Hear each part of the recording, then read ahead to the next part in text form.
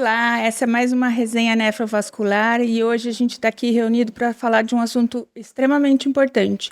Dr. Juliano Paiva, cirurgião vascular aqui no Mato Grosso do Sul, e eu, Lissa Moretti, temos uma ilustre convidada, a doutora Cida Arroio, nefrologista do nosso estado e presidente fundadora da ABREC, Associação dos Renais Crônicos do Mato Grosso do Sul.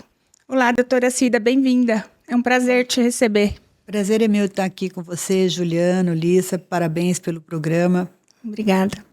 Doutora, conta para nós um pouquinho dessa história, como que foi a ideia de fundar a ABREC? Vamos lá, desde que a senhora fundou, faz quanto tempo, que ideia que a senhora tinha, esse sonho de ajudar o paciente renal crônico mais carente? Conta para nós.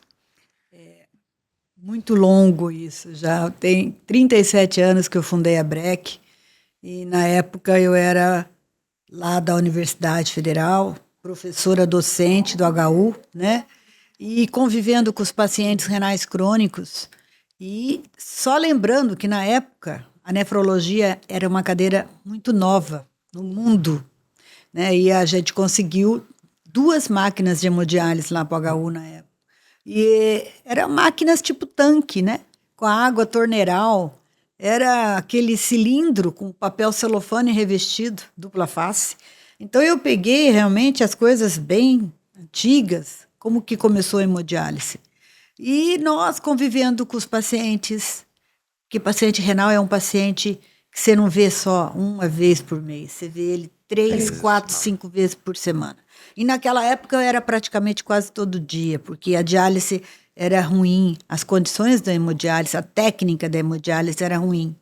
E o paciente não tinha nem acesso aos medicamentos. Lembrando que não existia SUS, não tínhamos SUS. Não tínhamos remédio para o paciente, ele tinha que comprar metildopa, Aldomete, era o que tinha na época, né? Então, esses medicamentos eles tinham que comprar, pegavam eles desprevenidos, normalmente a doença é pega desprevenida, e o paciente se vê, de repente, frente a fazer um tratamento, não pode conseguir trabalhar e tem uma família embaixo disso tudo. Eu falo que a ABREC não cuida do paciente, a gente trata a família toda como um todo. Então, convivendo com esses pacientes no dia a dia, onde eles não tinham nem o que comer, não tinham como comprar remédio, as condições eram ruins. Eu morava naquele HU. Eu morava final de semana lá, porque era muita urgência.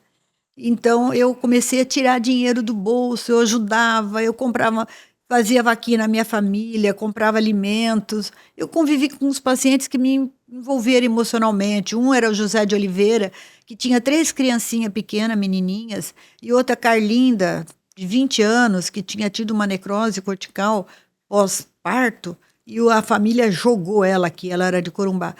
Eu convivia muito com esses pacientes e me envolvia. Eles chegavam a almoçar na minha casa, sabe? E aí eu resolvi, falei, olha, nisso tem que mudar, a gente tem que fazer alguma coisa. E num dia, numa festa, com as amigas, eu contei a situação, a angústia que eu estava passando, e resolvemos montar uma associação para dar qualidade de vida para eles, comprando remédio, comprando vale transporte, comprando cesta básica. Na época eram poucos pacientes renais, né, mas a gente conseguia atender. E como que eu sobrevivia na época? Através de festas beneficentes, direto, né? O pessoal não aguentava nem olhar para minha cara que ela sabia que tinha algum convitezinho para comprar. Mas assim foi. E depois de 10 anos, meu esposo se tornou deputado e foi aberta assim a chave da política que a gente não entendia muito. Então eu consegui apoio institucional, né, através de emendas, através de abrir o espaço da ABREC, e nós conseguimos construir a sede, né? Levamos essa construção da sede, foi em 6 etapas. Hoje tem uma sede adequada, apropriada para os pacientes, para a sua família, com todas as salas para a gente atender ambulatórios, multiprofissionais, né? E foi assim, paulatinamente a ABREC cresceu hoje, né? Já saiu na revista Veja, Guia para Fazer o Bem, e a gente briga muito pela transparência, pela seriedade, pela ética e pela honestidade. Então, estava falando com o juiz esses dias, ele falou, é uma das 6 instituições mais sérias do nosso estado. Por isso que a gente realmente vale a pena ajudar. E estamos aqui. A gente tem aqui no estado 2.400 pacientes mais ou menos em hemodiálise. Quantos desses pacientes a ABREC consegue abraçar? Olha, a nossa dificuldade muito é o pessoal do interior. Então, a gente tem cerca de 700 pacientes que procuram frequentemente a ABREC. Mas o pessoal do interior, por exemplo, às vezes a ambulância, a van que vai nas clínicas, passam lá, pegam a cesta básica, pegam o medicamento, pegam a coisa no começo do mês, mas não frequentam, não conseguem frequentar todas as atividades que é fundamental, porque as atividades ali são complementares do tratamento, né? Nós temos atividades multiprofissionais fundamentais na área de nutrição, né? Na área de psicologia, com rodas de conversa que envolve também a família, há áreas de música, canto, agora nós estamos com coral. Se você vai lá no chazinho lá do Rotary, você vai ver eles apresentarem, vai ter um coral, vai ter a dança deles. Os homens, na quinta-feira, vão lá, fazem atividades de jogo, brincam. A gente está tentando atrair mais os jovens. E a ABREC atende também, né? Ela pertence ao Fundo Municipal do Idoso. Então, a gente dá muita preferência, tá dando muita ênfase para o idoso renal. Mas a dificuldade do idoso renal e até a associação é grande, porque às vezes a família não leva ele. Ele precisa de um acompanhante para poder participar. E é fundamental, porque nós temos muitas atividades ali para os idosos, né? Além deles receberem os medicamentos que tem na rede pública, nós temos hoje um convênio com a CESAL, que eles nos entregam os medicamentos. Então, quando o paciente passa lá, ele já pega a sua cesta, seu frango, já pega o medicamento. E nós temos emendas que compram os medicamentos que não tem na rede pública, tipo acetato, carbonato de cálcio, a gente compra na ABREC, né? E, enfim, agora nós estamos com atividade com o nefrologista, porque conseguimos o credenciamento pelo SUS. Então, agora ficou uma coisa muito mais formalizada, muito mais organizada em termos de SUS. E a ABREC vai poder receber emenda da saúde federal também, por conta desse credenciamento. Doutora Cida, a minha pergunta para a senhora é assim, como que o paciente renal dialítico ele consegue se associar, entrar em contato com a ABREC e ter acesso a todos esses serviços que ela já oferece?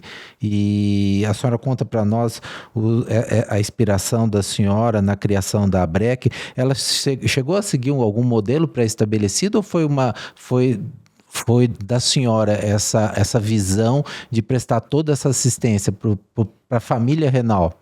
Olha, não tinha, na época, eu acho que não havia nenhuma associação, porque a nossa, 37 anos, é uma das mais velhas, né? E hoje a gente pertencendo à FENAPAR, eu sei a história de todos, e então não me inspirei em nada, eu me inspirei em ajudar o renal crônico, porque o drama da época era terrível, né? Era muito ruim. A qualidade da diálise, não tínhamos nenhum remédio complementar. Tinha que tomar sangue, paciente, toda hemodiálise. Por quê? Isso porque quando o hematócrito, que é bem baixo, abaixo de 25. Então, a gente deixava o paciente com 25, 26. Abaixo de 25, toda diálise tem que tomar sangue. Não tinha eritropoetina. Aliás, é uma coisa que eu tenho prazer. Quando surgiu a eritropoetina, nós fizemos uma festa e eu consegui comprar eritropoetina via Estados Unidos, os pacientes aqui. Então, foi assim muito legal, muito legal. Não dei toda a dose que dava de ataque, mas cada um com uma pitadinha, né? Então, porque o fato de ter a insuficiência renal, todos os sintomas da uremia e ainda a anemia, que dá aquele mal-estar, indisposição, não ter disposição para nada, é muito complicado. Então, a condição na época era muito ruim. Cara, eu me envolvia demais com aqueles pacientes. Essa Carlinda morava na minha casa, comia na minha casa, tá? Ela não tinha ninguém aqui. Eu consegui uma casa para ela, arrumamos, mobiliamos uma casinha lá no Nova Campo Grande, e ela conseguiu viver aqui. Depois ela fez o transplante, foi lá no Riela, na época nós apoiamos, foi lá para o Riela, fiz transplante, mas eu tenho essas histórias de cada paciente que me marcaram muito, porque o fato de eu estar lá na HU, e eu era linha de frente do HU, né? Era eu, o doutor Eurípides Barçanufo e o doutor Carlos Ascenso. Então, eu morava praticamente naquele HU, sabe? A diálise não tinha catéter, era diálise peritoneal, era aquele trocáter, furava a barriga com aquele trocáter do paciente, toda semana. Tinha um paciente que vinha de fora, eu tinha que furar aquele trocáter e colocar aquele catéter rígido. Né? Então, assim que era. Depois a gente conseguiu, eu e o Ascenso começou a fazer fístula. Sabia? E eu ajudava ele. A Sueli fazia fístula também. A gente colocava shunt. Sim. Depois foi a fístula. E aí a gente sobrevivia naquele HU, né? De uma forma assim heróica. Mas temos muitos pacientes da época ainda que fizeram transplante, que fizeram hemodiálise, que não estão vivos hoje. Tem paciente que pegou essa época antiga ainda, né? Não que do cóio, né? Do rim do cóio aqui. Do cóio ninguém não tinha. Quando surgiu o capilar, foi uma revolução na medicina, né? Mas era um cilindro enrolado de papel celofane, dupla face, né? Aquilo ali aumentava, tirava 500, 600 ml do paciente, explodia lá em cima, você tomava banho. Era assim. Então, você tinha que 2, 3 roupas lá preparadas para isso. Então, convivendo com isso, com todo esse dilema, não tinha como se não se envolver. Eu tenho uma formação familiar católica muito forte. Muito forte. A minha formação católica, fervorosa, praticante. E a minha família, o meu marido, nós temos a mesma formação, sabe? Muito idêntica. Então, essa humanização, eu não tive como ser fria perante essa situação. Então, realmente, eu me envolvi com eles. E como os pacientes fazem para chegar hoje? Com o credenciamento da BREC pelo SUS, existe uma burocracia hoje, mas é muito fácil de ser resolvido. A Secretaria de Saúde do município teve uma reunião conosco no final de 30 de março, explicando que, a partir de abril, teria que formalizar do sistema do SUS. Então, todas as clínicas de hemodiálise, todos os hospitais, todos os CRAS, postos de saúde, UPAs, eles podem encaminhar normalmente o paciente através do CISREG. Ele vai inserir lá no CISREG, tem atividade multiprofissional, assistente social. Vai via assistente social. E lá na associação, assistente social faz a triagem do paciente, encaminha para o serviço multiprofissional que precisa, para retirada de algum benefício, o medicamento, e é assim que funciona. Então, é só uma questão um pouquinho só de acostumar. O que nós pedimos? Encarecidamente, aos serviços de hemodiálise. Aos serviços. As clínicas, os hospitais onde tem o HU, o Hospital Regional, a Santa Casa, vão ter que pegar o paciente e inserir no CISREG. É muito simples. Fazer o encaminhamento oficial. Não precisa agendar, porque quando a gente recebe, mesmo que tenha um monte na fila, a gente já está agilizando eles para eles serem atendidos. E o primeiro atendimento é feito pela assistente social? Pela assistente social. É a rotina do SUS, que foi treinado para nós. E a senhora comentou que vai ter atendimento por nefrologista. Qual que é a função do nefrologista lá na BREC? Na BREC, nós estamos tentando fazer o programa que é o meu sonho, a prevenção da doença renal crônica, né? A prevenção. Então, a gente está pedindo que todos os pacientes acima de 1,8, 2 de creatinina sejam encaminhados para a BREC. Nós estamos com atendimento médico desde começo de abril já. Estamos atendendo. Um dos primeiros atendimentos que nós marcamos foi exatamente aqueles que nós fizemos no dia do rim, na praça, onde nós atendemos mais de 1.200 pessoas, e ali foi feita também a dosagem da creatinina. E esses pacientes com a dosagem da creatinina alterada, que foi em torno de 50, 60, se não me engano, ainda, tá? Tem umas fichas ainda que estão com a doutora. 5%, né? É bastante, né? 60%, mas foi 10%. 206. Esses pacientes já estão sendo agendados, já estão sendo atendidos pelo nefrologista com a orientação devida, né? Você sabe que hoje a gente consegue segurar a doença renal. Consegue segurar anos a doença renal.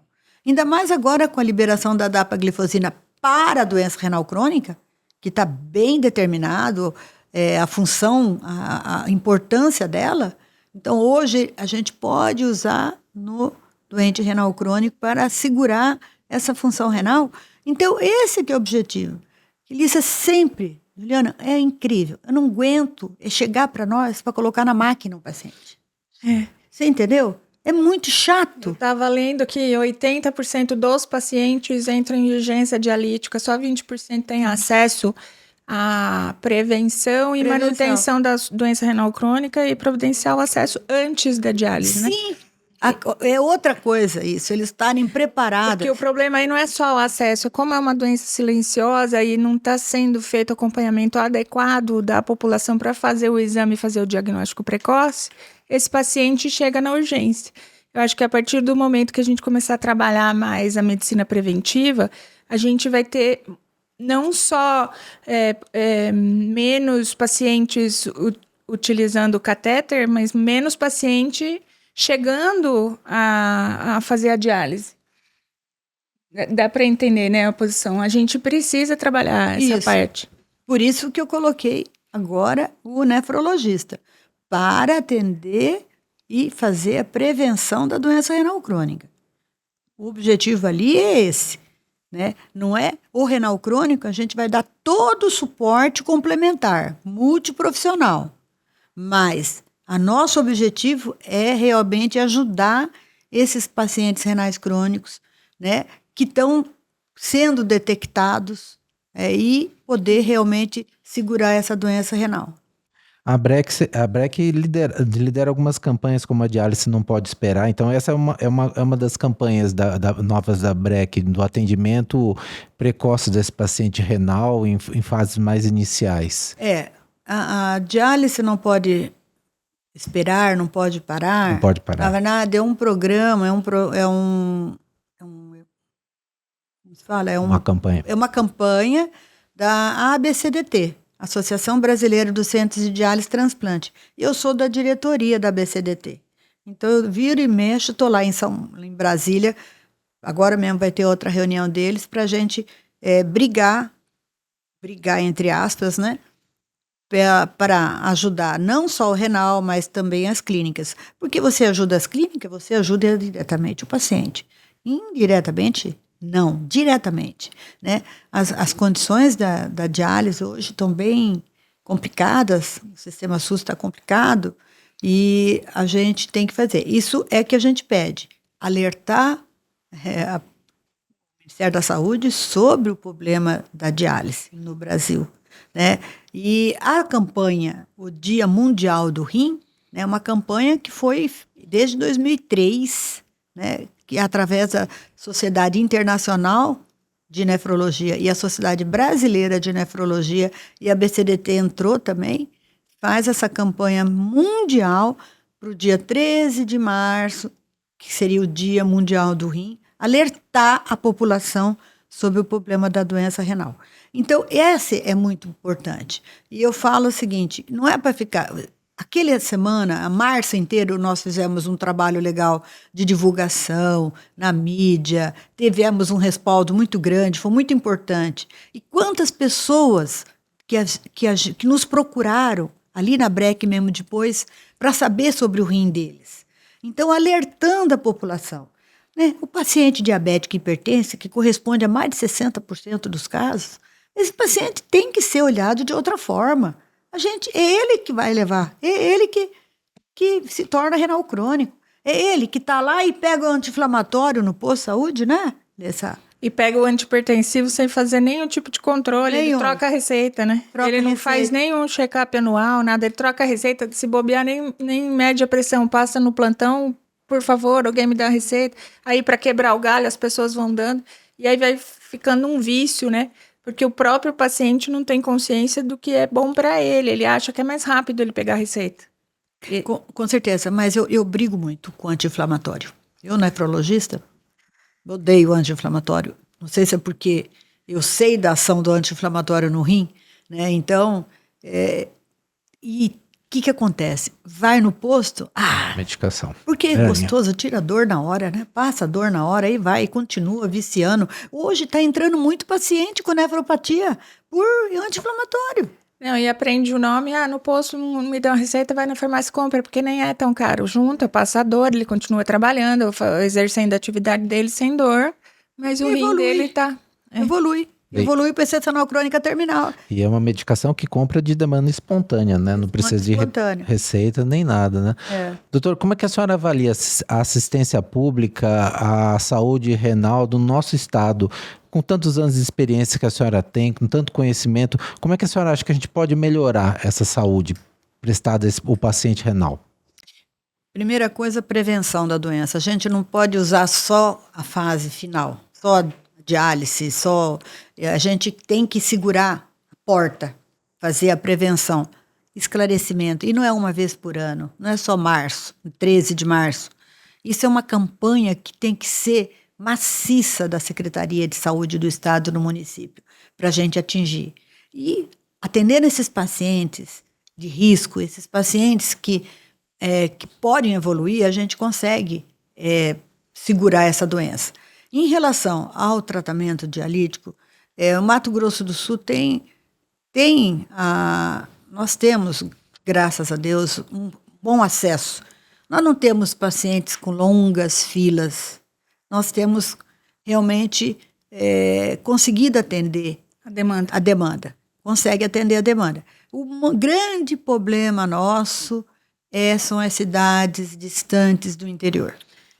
Então, é tanto sofrimento, né? Eu vejo os pacientes, eles vêm numa van de madrugada, fazem a diálise às 6 da manhã, às 4 da tarde eles voltam, eles passam o dia seguinte de ressaca e no outro dia já tem que voltar. É bem sofrido isso, né? Eu não sei se tem como o Estado descentralizar um pouco mais. Então, o Estado está fazendo isso, né? Está tentando descentralizar. Aí barra na onde? No médico nefrologista.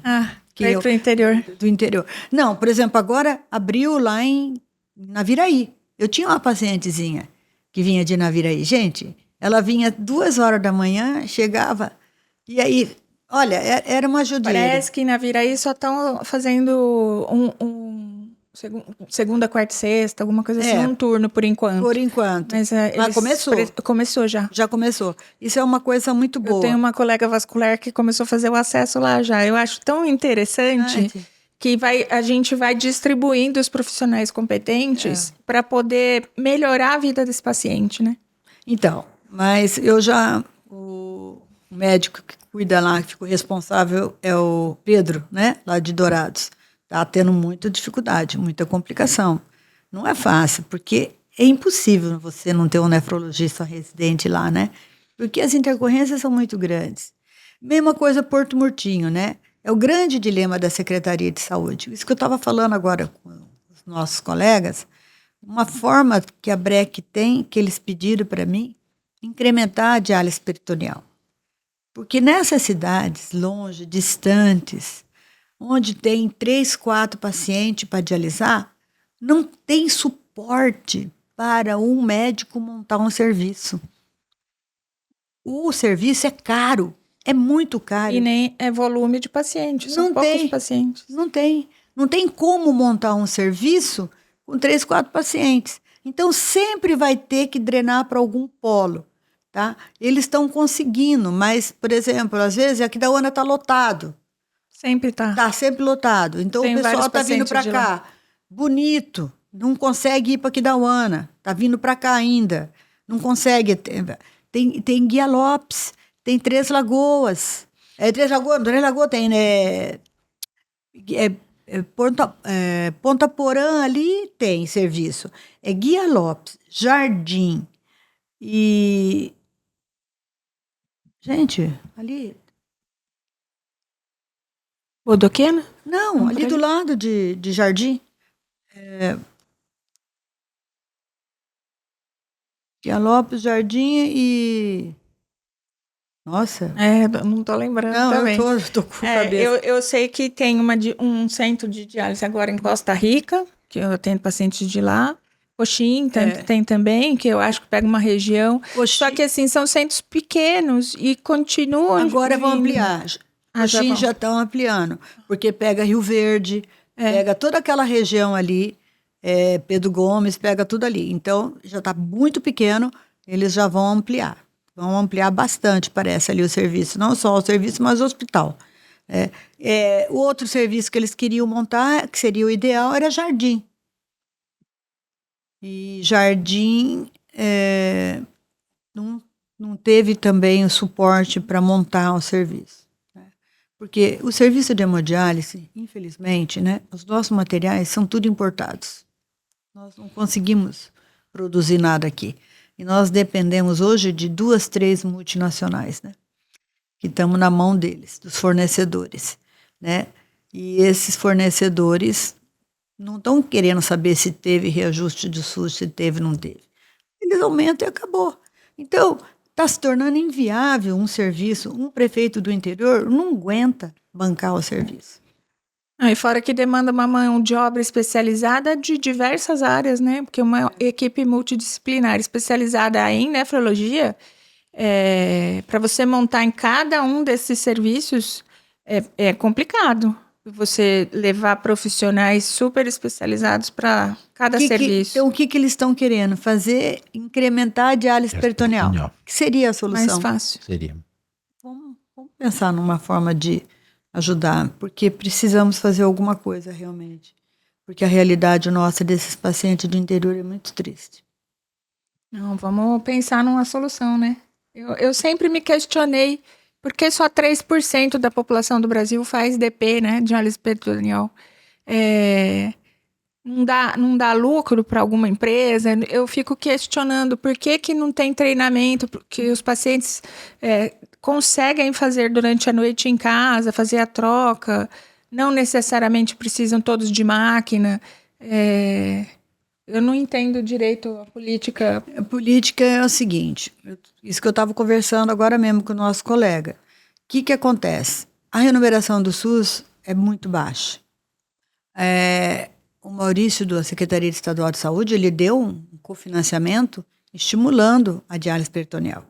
Mas aí é um cofinanciamento que esbarra, porque você tem que ter uma clínica que trabalha pelo SUS, que é credenciada pelo SUS.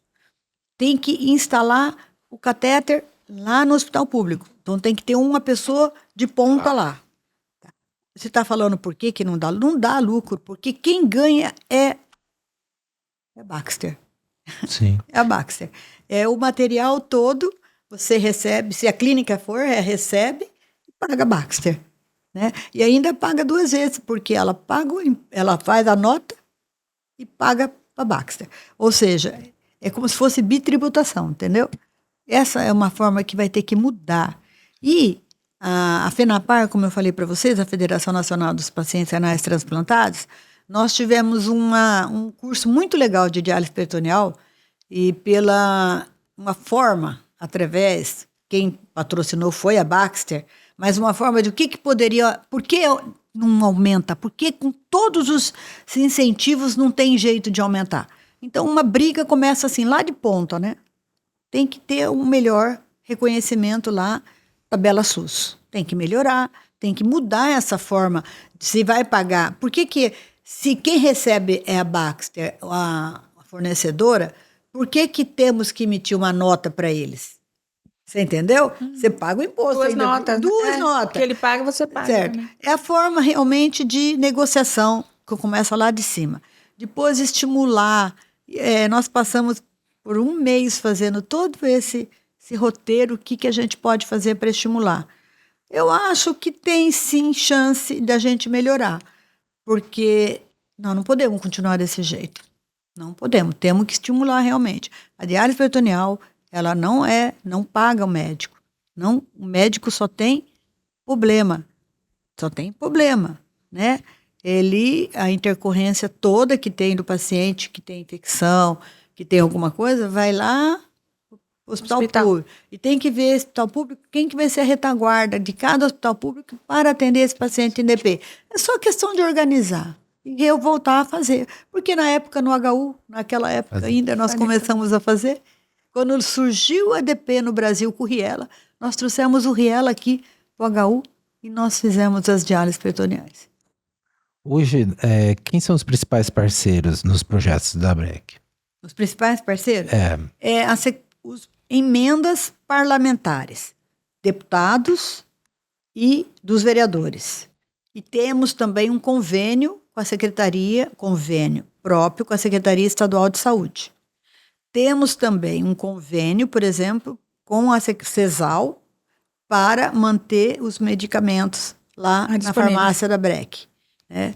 E então, de uma forma geral, a maioria é emendas parlamentares, tanto de deputado como de vereador, como do Senado ou deputado federal. E como é que a comunidade, as empresas, elas podem colaborar ativamente com a ABREC? Existe um canal? Nossa, nós fazemos vários, né? Nós temos um Instagram nosso que é bem forte, nós temos alguns parceiros de longa data, o Comper, que me dá o troco solidário, a Plaenge, que também nos ajuda nessas festas, nesses eventos, são os patrocinadores fortes que a gente tem. Né? Esses patrocinadores nos ajudam nos eventos para arrecadar recursos, que a gente tem que fazer. Temos que ter o nosso... não temos como viver só de emendas. Temos tem coisas que emendas não cobrem. Né? Então, e outro, a ABREC, ela faz parte do Fundo Municipal do Idoso. Então, aí eu quero pedir encarecidamente ajuda, né? De vocês para divulgar que na hora de declarar seu imposto de renda, mesmo que você tenha imposto a receber, dentro da sua declaração, lá nas doações, você entra como o imposto retido na fonte, você tem como clicar Fundo Municipal do Idoso, Campo Grande, MS, 3%. Ele já automaticamente o site já emite o seu DARF de 3% que você pode, tá? Você paga esse DARF até o dia 30 de maio, esse DARF, e daí faz uma declaração que você está dando para o Fundo Municipal do Idoso, para a ABREC, Associação Beneficente dos Renais Crônicos Mato Grosso do Sul. E aí, com esse DARF pago, esse comprovante, essa declaração, é só mandar lá no site, no e-mail da ABREC, abrec@ms.gmail.com. Né? Então, você mandando isso, e outra coisa, esse 3% que você está pegando do seu imposto retido na fonte, você vai receber no final do ano com juro e correção monetária, se você tiver que receber de novo. Ou imposto a pagar. Né? Se você tem imposto a pagar, no final vai também, automaticamente, Fundo Municipal do Idoso, 3%, o próprio sistema, ele já emite o DARF, você paga o DARF. Inconveniente, você vai pagar o DARF 30 de maio. Você vai receber. Quando for pagar o teu imposto de renda, ele automaticamente já desconta. Quando ele já desconta e já parcela para você com desconto. Vamos fazer uma campanha, sim. Temos um mês. Eu esqueci de trazer o folderzinho para vocês. Manda para mim que a gente publica. Porque é muito importante, em vez de vocês darem isso para o governo, a gente está dando para a Associação Beneficente. A gente direciona. Olha, gente, a Associação Beneficente, quem faz, né? Quem faz a ajuda são as ONGs hoje, que faz a atividade social, o bem para todo mundo. E a gente precisa ajudar aquelas associações sérias. Eu falo assim, o que seria da ACC? O que seria dos pacientes, das crianças com câncer, se não fosse a ACC? Tá? O que seria dos velhinhos, se não fosse o Asilo dos Velhos? O que seria, né, dos pacientes com problema, dificuldade, deficiente, se não fosse a PAI, Pestalozzi, Juliano Varela? E o que seria dos renais crônicos, que 90% são carentes, se não fosse a Associação Beneficente dos Renais Crônicos de Mato Grosso do Sul, que tem o objetivo de dar qualidade de vida para eles enquanto fazem o tratamento e dignidade. É dignidade. Então, é a responsabilidade social da sociedade, né? Cada um tem que pensar que a gente passa por essa vida só. E o que a gente deixou? O que a gente fez de bem? Lissa, o Juliano, à tarde, quando a gente tem os lanches, as atividades, tem um lanchezinho. Eles falam assim, doutor, isso aqui é meu jantar. É o meu jantar. A gente vem hoje aqui para jantar aqui, porque nós não temos comida em casa. Vocês não têm noção. O paciente doente, né? Doente, tem que fazer hemodiálise e ainda sem condições financeiras, né? De ajudar a família, de suportar a família. Doutora, a senhora falou um pouquinho dos planos de expansão para o futuro, né? A diálise peritoneal, o atendimento precoce dos pacientes com doença renal. Existe mais algum projeto em andamento? Não, a princípio, nós temos alguns projetos. Estou sonhando. A Alissa falou que tem prótese lá na Campo Grande, mas não é todo mundo que tem acesso às próteses para fazer a fístula. O problema nosso do renal crônico, o acesso vascular, é um problema seríssimo. Essa semana nós perdemos uma paciente com problema de acesso vascular, né? E você falou, a prótese não resolve totalmente. Realmente, agora, né? Com a hemodinâmica, a gente com a chance de recuperar aquela veia, aquela artéria lá, colocar um stentzinho, liberar o fluxo. Aquilo é a vida do paciente. A gente tem conseguido fazer um trabalho já há quase 9 anos na Santa Casa, que começou atendendo 3, 5, 7, 12, 15 ultimamente. Até fevereiro eu atendia 15 pacientes por semana e fazia religiosamente 3 angioplastias por semana desses pacientes com necessidade de procedimento endovascular. E quando a gente tinha um acúmulo de pacientes, a minha chefia me autorizava a usar a sala aos sábados, então a gente dobrava a quantidade de procedimentos e a gente vinha mantendo um bom fluxo. E tentando resolver na medida do possível, porque é o único ambulatório de referência no estado, o que a gente podia alcançar. Tivemos um impasse agora com esse problemão que a Santa Casa está atravessando de negociação e tudo. Então, a gente está meio amarrado, mas com a promessa de que semana que vem, numa reunião, finalmente a gente vai resolver com a prefeitura. Como que a Santa Casa vai poder continuar dando esse suporte que é pequeno. A gente podia... Eu falo para a senhora... É o custo do stent? Não. Qual que é o suporte? O que acontece? A Santa Casa presta serviço para a prefeitura e a Angiocentro tem uma sala de hemodinâmica dentro da Santa Casa e presta serviço para a Santa Casa.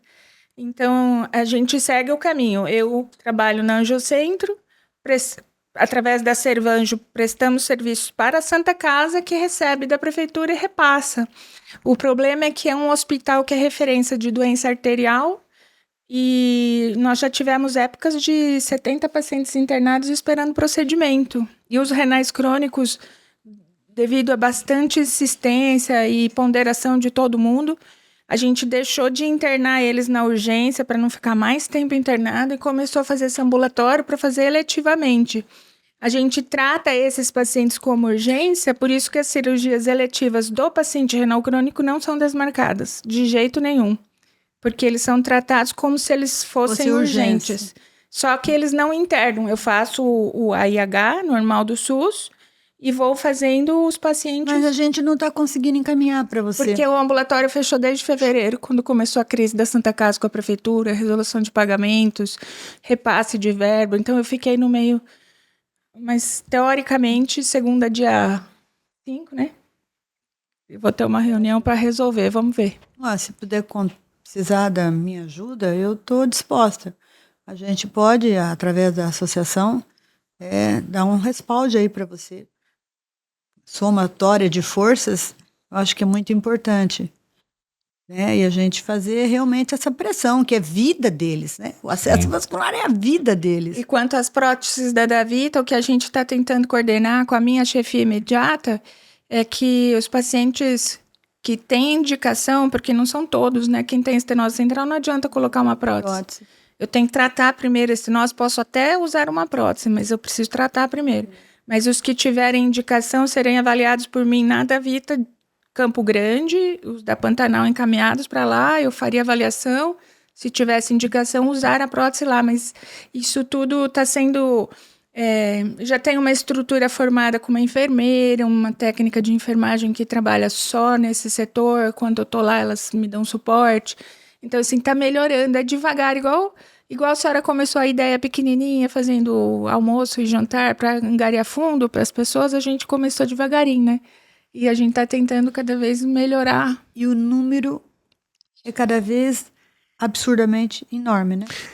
Mesmo porque o evento ao surgimento dessa nova tecnologia da endovascular com materiais dedicados ao território venoso, aumentou muito para nós, cirurgiões vasculares e endovasculares, a possibilidade de salvamento e manutenção de um acesso.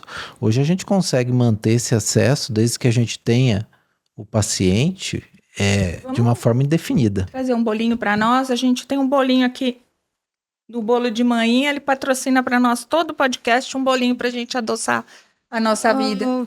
Agora, deixa eu explicar para a senhora, esse ambulatório que eu faço, eu tenho o paciente com o mesmo acesso... É o que eles reclamam, no caso, o custo ali do endovascular. Não, eu acho que não existe uma contratualização direta para exercer... Para esse acesso. A contratualização é para endovascular geral, e isso envolve aneurisma, estenose de artéria. Tem que ter uma contratualização. Para o acesso, porque eles falam que eu faço um trabalho diferenciado, eu pego a sala da hemodinâmica religiosamente toda semana, eu não falho, né? Então, assim, eu ocupo um espaço e eles não têm uma devolução de ceder, porque o paciente que está internado, ele espera na fila, né? Então, assim, é complicado para eu explicar exatamente, porque envolve vários serviços, né, Juliana? Sim, é porque os serviços eles são divididos em atendimento de trauma, o paciente isquêmico, cirurgias eletivas, e o acesso é uma coisa nova. Ele surgiu com essa qualidade de material e essas possibilidades não faz muito tempo. O resultado é significativo. O que eu tenho conseguido, eu tenho paciente de SUS, que eu uso material simples, que é balão, que agora eu tenho balão de alta pressão, mas antes eu não tinha, que é um balão que expande melhor. Eu tenho paciente de SUS que eu faço angioplastia há 8 anos. O mesmo paciente, o mesmo acesso, religiosamente ele vai todo ano, porque teoricamente era para eu fazer uma flebo a cada 6 meses, mas a gente não consegue fazer exatamente. Então, a média de procedimento desses pacientes é 1 por ano e eu estou mantendo estes acessos há 8 anos. São como 5 pacientes que estão... que desde que eu comecei, eles estão fazendo acompanhamento certinho. Então, assim, a gente consegue manter acessos. A senhora é da época como eu, quando eu me formei... Quando o acesso parava de funcionar, a gente amarrava, fazia outro. Aí o paciente ia ficando todo sem... Né? Não tinha. Conta para nós, doutora, o que o paciente renal crônico, para eles entenderem, ele chega lá na BREC, o que ele consegue, além de orientação de tudo sobre a doença renal... quais são os benefícios que a senhora conseguiu para esses pacientes já? Eu vi que tem ticket de carninha, de alimentação, de proteína. A gente também, igual vocês, dependemos de emendas, né? Então, para atender o meu sonho, eu não consigo ainda dar, eu quero dar 300 cestas. A gente não usa mais cesta, segurança alimentar. Sim. Para os pacientes. A gente... queria poder atender, não consigo. Estou atendendo a média de 150, 200. Né? E estamos dependendo de recursos para continuar parado os nossos recursos. Se a gente fizer a doação do imposto que a senhora comentou com a gente, esse recurso vai direcionado Ele é para o isso seguinte, também ou não? o imposto que vai para o Fundo Municipal do Idoso, 80, quando é para a ABREC, 80% vai para a ABREC, da sua doação. 20% fica para o fundo, tá? Então, não é todo o dinheiro. Então, a gente fala que de grão em grão, nem que seja para 25, 30 reais, fazer essa doação, porque com isso a gente pode comprar arroz, pode comprar feijão. Esse fundo municipal, ele só vai, existe uma divisão entre as associações que são do fundo, tudo que vai para o fundo divide para todas as associações, 80% só. E as que vai diretamente para a BREC, então, vai diretamente para a BREC. Esse dinheiro vai normalmente, é dividido no final do ano que vem, certo? E aí a gente recebe, a gente faz um projeto baseado no valor que veio para cada associação. O que a gente vai fazer com aquele dinheiro do Fundo Municipal da Pessoa Idosa? Essas são essas emendas que são muito importantes, que a sociedade pode ajudar agora, principalmente na declaração do imposto de renda. O paciente chegando na BREC, ele é atendido pelo assistente social, que faz uma avaliação muito legal dele, em todos os aspectos, né? Não só financeiro, como social também, como é a vida familiar, como é tudo lá. E esse paciente vai passar para cada setor. Por exemplo, nós estamos com um problema de uma paciente que está chegando lá, 15 anos de idade, bem complicadinha, e ela precisa urgentemente ser acompanhada pela psicóloga. Além de ter o atendimento individual, nós temos as rodas de conversas, que está tendo um sucesso muito grande, onde o paciente fala, leva a família. Essa roda de conversa é muito boa para eles. E nesse entrosamento, eles participam também de atividades. Ao mesmo tempo tem o coral, tem a música para eles dançarem, tem um grupo de dança, né? E tem atividades, por exemplo, nós temos atividades nutricionais, que ensina eles como comer, alimentar, certo? Como a gente, como fala, a gente tem a Mesa Brasil, e a gente recebe muito alimento ali que eles recebem. Então, a nutricionista ensina como aproveitar os alimentos, né? Além disso, tem o curso do Senac. O Senac virou um parceiro nosso, muito legal. O curso deles é muito profissional. Acabou de dar um curso agora, a semana retrasada, de encerramento de confecção de pão caseiro. Então, eles fazem pão caseiro de todos os aspectos. Então, são 25 pessoas só que é selecionada, porque é um curso realmente bem estruturado, bem organizado, né? Eles levam todinho. Então, é o segundo curso já e vai voltar a dar outro curso para nós, o Senac. Isso anima todo o paciente de uma forma geral. Muitas pessoas saem dali, temos os artesanatos, onde eles apresentam. Temos artesanato, onde eles aprendem a fazer as coisas e ganhar um dinheirinho deles. Sim. Muitos vivem com isso, né? Mesma coisa o bolo. O ano passado foi de salgadinho. Muitos deles já estão vendendo salgadinhos em casa. Então, o estímulo é trabalhar ali para eles terem uma geração de renda extra. E mostrar para o renal crônico que a vida segue, né? A vida segue. Ele dialisa e ele continua vivendo bem com a família dele, se adaptando no entorno dele com a ajuda da BREC, né? Com certeza. Eu falo muito, Liz, uma coisa, quando eu fazia palestra, quando eu começava um grupo de paciente renal, eu sempre juntava os novos, explicava sobre a doença, o que eles tinham que tomar, o remédio, fazia decorar, por que era aquilo, por que é aquilo, e sempre mostrando que ele tem coisas ruins do mundo, sim, tem coisas ruins. A renal crônica é ruim? Mas tem pior.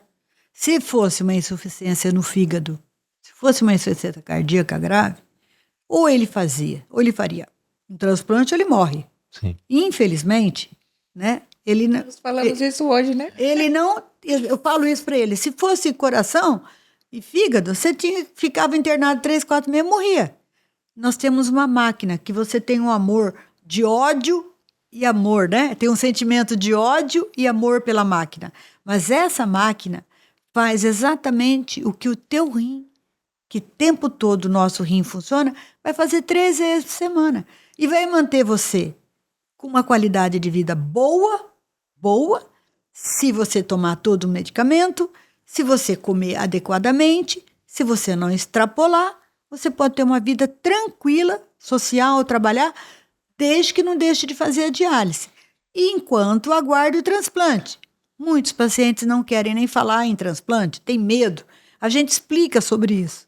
Mas se você não quiser fazer o transplante, então eu tenho paciente com 30 anos, 35 anos, que não quiseram fazer o transplante, que fazem hemodiálise, trabalham à noite, e fazem a hemodiálise à noite e trabalham durante o dia. Então, esse paciente vai bem. É o paciente que vai bem, é o paciente que trabalha, é o paciente que faz alguma coisa, sabe? Ele tem que entender que ele está indo ali só filtrar o sangue, que ele não é doente. Eu falo, você não tem doença. Se você pode ter o seu diabetes, sua pressão alta, que você vai tomar remédio. Mas você não tem doença, você só tem que limpar seu sangue na máquina. Tem que falar de uma forma bem leiga, assim mesmo, para eles, que eles entendem isso. Porque eles não podem se sentir doentes. E existe ainda o estigma, né? Da diálise. Sim. Sabe? É esse que é o problema. Durante as cirurgias com anestesia local, eles ficam 1 hora mais ou menos, vão conversando, eles vão fazendo pergunta, eu vou explicando. E alguns reclamam, né? Aí eu falo, olha, tem que ver o copo meio cheio, porque antigamente, o paciente que era renal, ele chegava no pronto-socorro, fazia uma parada cardiorrespiratória, não dava nem tempo de fazer nada. Hoje, você ainda consegue fazer o diagnóstico, começar a dialisar na urgência, chega aqui, você vai viver com a sua família, se você seguir direitinho o tratamento, um bom tempo e com uma qualidade de vida muito boa. Você só tem que se adaptar, é uma adaptação, né? Eu sei que tem toda uma psicologia por trás disso, mas o apoio da família é essencial, né, Juliana? E a Brec acho que faz esse papel de integrar todos essas nuances do paciente, de ver como que ele vive, se a família dá suporte, um pouco de ajuda financeira, emocional, profissionalização. Então, isso tudo é muito importante, né? Com certeza. O renal crônico, ele hoje, como que mudou, né? Na época, a diálise era ruim. Era a diálise que ele podia tomar um pouquinho de café, ele fazia edema agudo de pulmão, né? Hoje, ele come bem. E esse é o grande problema hoje, né?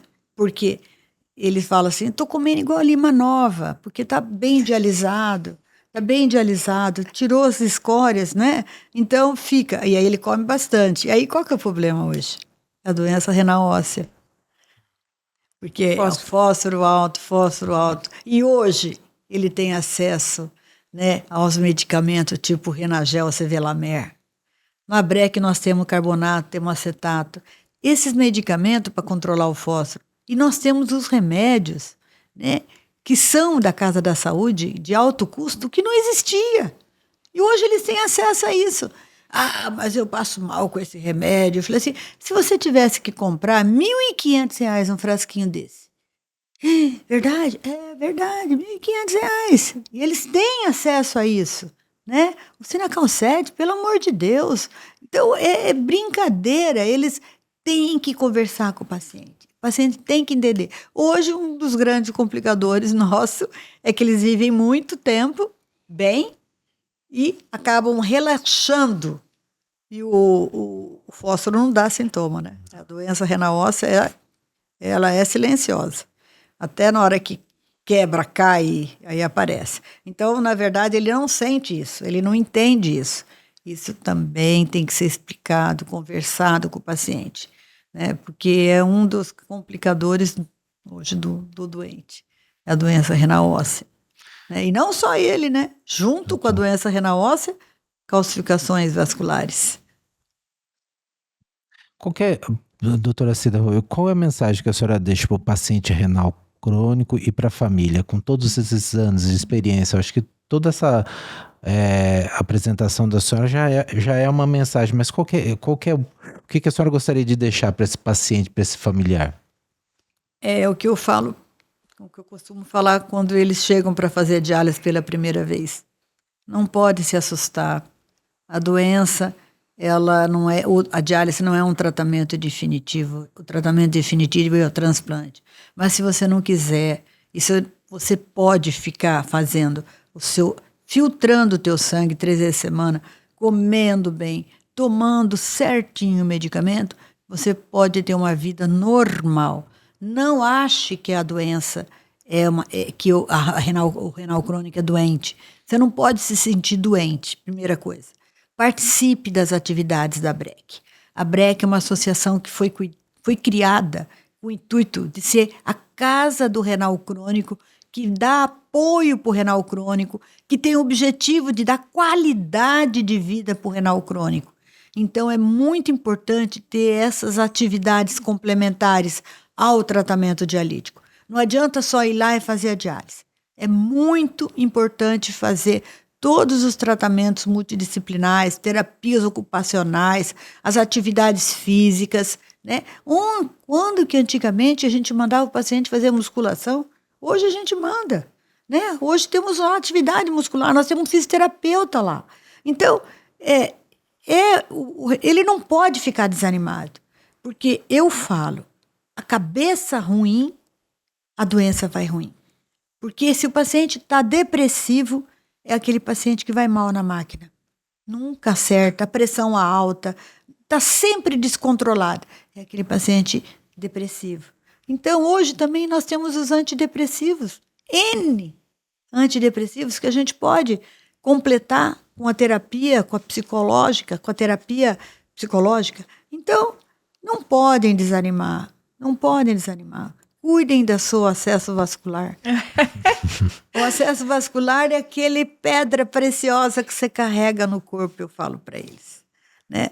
Então, não fiquem desanimados. A doença, ela não é uma doença. Você tem que só filtrar o sangue e se cuidar e ter sua vida normal.